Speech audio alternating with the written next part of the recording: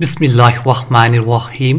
حضور اقدس صلی اللہ علیہ وآلہ وسلم کا ارشاد ہے کہ جو شخص اللہ کے لیے حج کرے اس طرح کہ اس حج میں نہ رفث ہو یعنی فحش بات اور نہ فسق ہو یعنی حکم عدولی، وہ حج سے ایسا واپس ہوتا ہے جیسا اس دن تھا جس دن ماں کے پیٹ سے نکلا تھا۔ بسم اللہ الرحمن الرحیم۔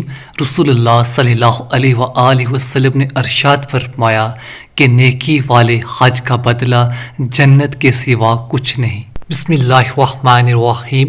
حضور اقدس صلی اللہ علیہ وآلہ وسلم کا ارشاد ہے کہ کوئی دن ایسا نہیں جس میں اللہ تعالیٰ عرفہ کے دن سے زائد بندوں کو جہنم سے نجات دیتے ہوں، یعنی جتنی کثیر مقدار کو عرفہ کے دن خلاصی ہوتی ہے اتنی کثیر تعداد کسی اور دن کی نہیں ہوتی۔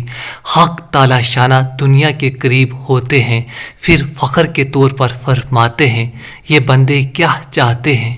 بسم اللہ الرحمن الرحیم۔ حضور اقدس صلی اللہ علیہ وآلہ وسلم کا ارشاد ہے کہ غزوہ بدر کا دن تو مشتنی ہے، اس کو چھوڑ کر کوئی دن عرفہ کے دن کے علاوہ ایسا نہیں جس میں شیطان بہت ذلیل ہو رہا ہو، بہت رہندہ پھر رہا ہو، بہت حقیر ہو رہا ہو، بہت زیادہ غصے میں بھر رہا ہو، اور یہ سب کچھ اس وجہ سے کہ عرفہ کے دن میں اللہ کی رحمتوں کا کثرت سے نازل ہونا، بندوں کے بڑے بڑے گناہوں کا معاف ہونا دیکھتا ہے۔ بسم اللہ الرحمن الرحیم۔